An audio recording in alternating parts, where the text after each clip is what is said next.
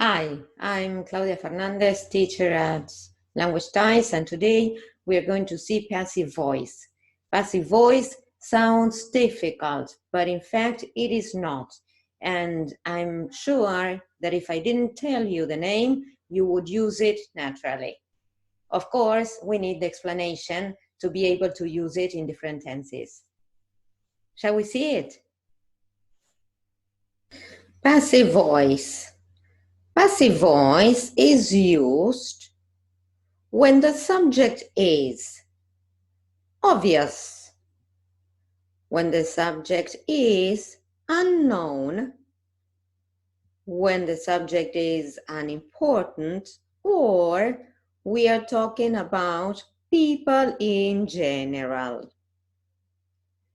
Then, if we want to mention who does the action, we use the preposition by and we mention the person.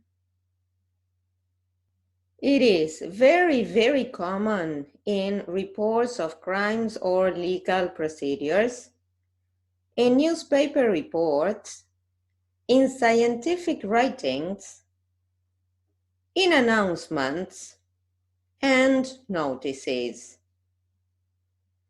Now, let's pass on to the structure. My grandfather built this house. My grandfather is the subject, and this house is the object. For us, the object is more important than the person who built it. So we want to mention it first, and we put it in the place of the subject. Next, I use the verb be. In this case, it was in the past because the main verb built is also in the past. And finally, the main verb in the third column, in past participle. If we want to mention who built it, then I say by my grandfather. So the structure for us would be the subject, the verb to be conjugated in the tense we need.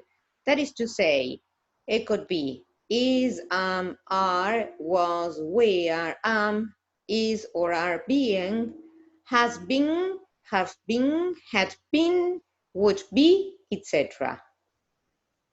And next, the verb in past participle, that is the third column. Remember that if we want to add the doer of the action, we use the preposition by, always by, never for, and we mention the person.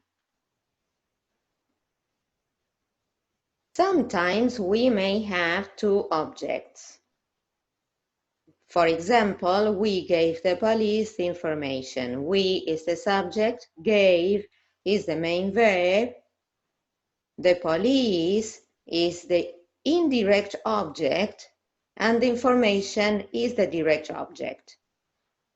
Generally, we choose the people, the person, but it will always depend on what is more important for us, if the person or the object.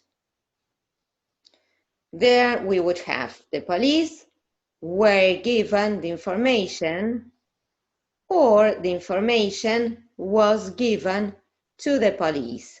Notice that we always keep the same structure, the verb to be and the main verb in the third column, that is the past participle of give in this case. I hope the explanation is useful to you, and the only thing you have to do now is practice, practice, and practice whenever you have the possibility. See you in our next video. If you like it, please give me a like and subscribe to my channel to continue receiving these kind of videos. See you soon.